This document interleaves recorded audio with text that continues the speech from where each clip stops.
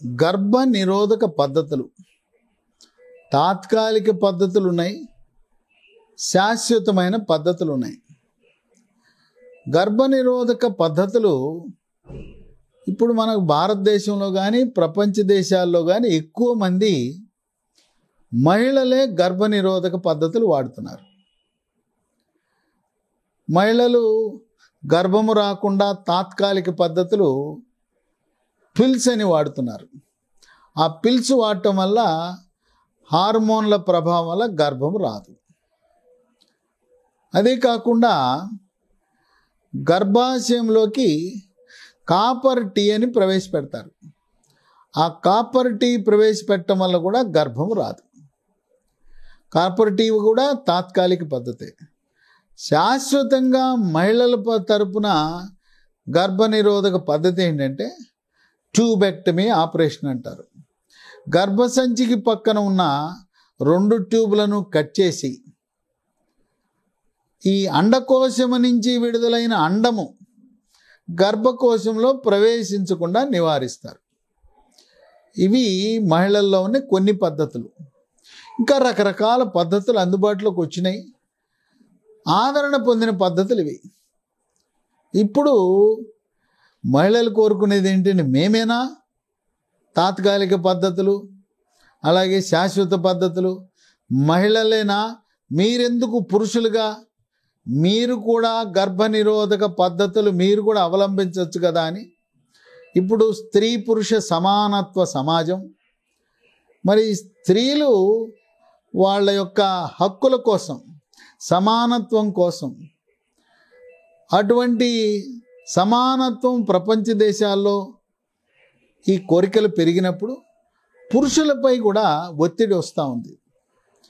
పురుషులు గర్భ నిరోధక పద్ధతులు మీరు కూడా అవలంబించండి. ఏంటి గర్భ నిరోధక పద్ధతులు? ఇప్పటి వరకు 2 పద్ధతులు ఉన్నాయి. 1 కాండోమ్ వాడటం, 2 వాసెక్టమీ ఆపరేషన్. ఈ కాండోమ్ అనేది పురుషాంగానికి తొడుక్కుని ఇది ఈ పద్ధతిని గత 5000 సంవత్సరాలుగా వినియోగిస్తున్నారు, ఈరోజు వచ్చింది కాదు.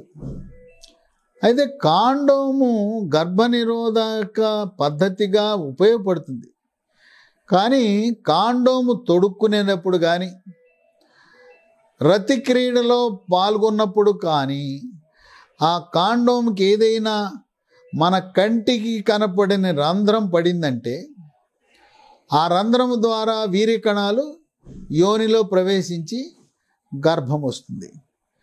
కనుక ఈ కాండోమ్ యొక్క నాణ్యత అనేది చాలా ముఖ్యం.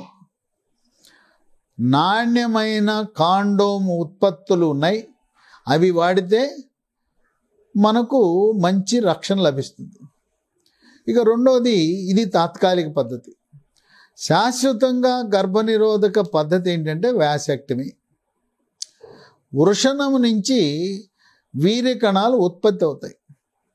ఆ వీర్య కణాలు వృషణము నుంచి మూత్రనాళము ద్వారా పురుషాంగంలోకి వెళ్తాయి. ఈ వృషణము నుంచి అక్కడి నుంచి వెళ్ళే వ్యాస్ అనే ఒక నాళాన్ని, వ్యాస్ అనే నాళాన్ని కత్తిరిస్తారు. వ్యాస్ అనే నాళాన్ని కత్తిరిస్తారు కనుక వాసెక్టమీ అంటారు. 2 పక్కల చేస్తారు. 2 పక్కల చేస్తే శాశ్వతంగా పిల్లలు పుట్టరు. అయితే వాసెక్టమీ చేసిన తరువాత ఒక 6 నుంచి 8 వారాల వరకు కొన్ని మిగిలిపోయిన వీర్య కణాలు ఉంటాయి. కనుక మనము వీర్య పరీక్ష చేయించాలి. వాసెక్టమీ అయిన తర్వాత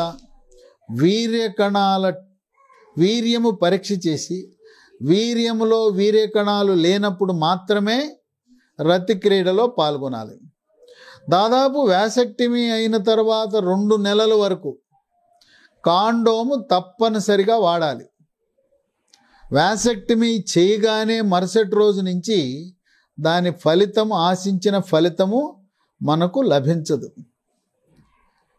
స్త్రీ పురుషుల సమానత్వం కోరుకునే ఈ రోజుల్లో వాళ్ళు ఏమంటున్నారు, మేమే పిల్ మింగాల, మేమే ట్యాబ్లెట్ మింగాల, పురుషులు ఎందుకు మింగకూడదని చెప్పి ప్రయోగాలు జరిగినాయి. శాస్త్రజ్ఞులు పురుషులు కూడా వాడే విధంగా ఒక పిల్లును తయారు చేశారు.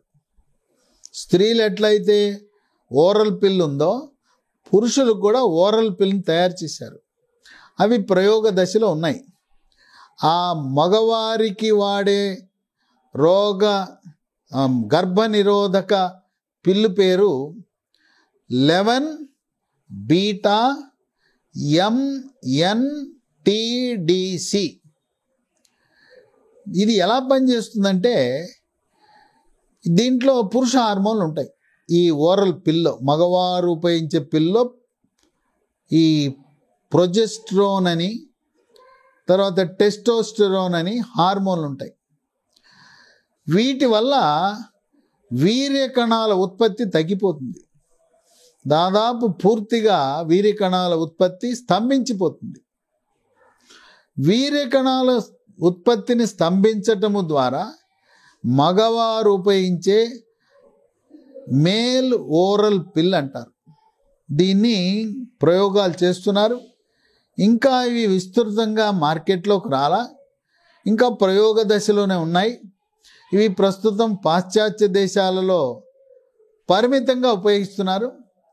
ఇంకా వీటి ఫలితాలు మరికొన్ని లక్షల మంది వినియోగించిన తర్వాత భారతదేశంలో కూడా మగవారు ఉపయోగించడానికి మేల్ పిల్, పురుషుడు ఉపయోగించడానికి గర్భ నిరోధక మాత్రలు అందుబాటులోకి వస్తాయి.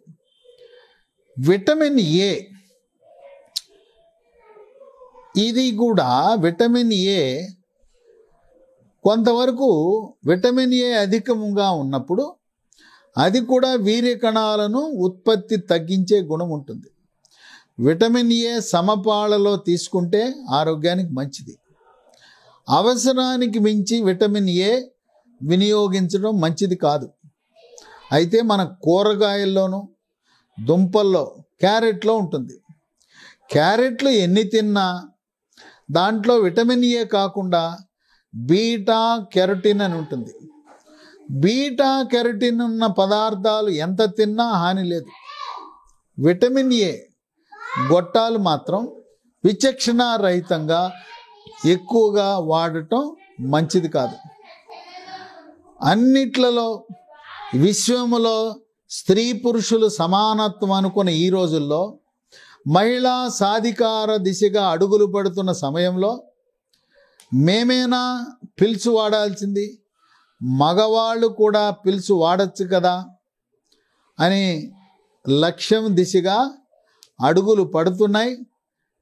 మరొక 3-4 సంవత్సరాలలో మగవారు ఉపయోగించడానికి మేల్ పిల్స్ కూడా విస్తృతంగా ప్రపంచ దేశాల్లో అందుబాటులోకి రానున్నాయి.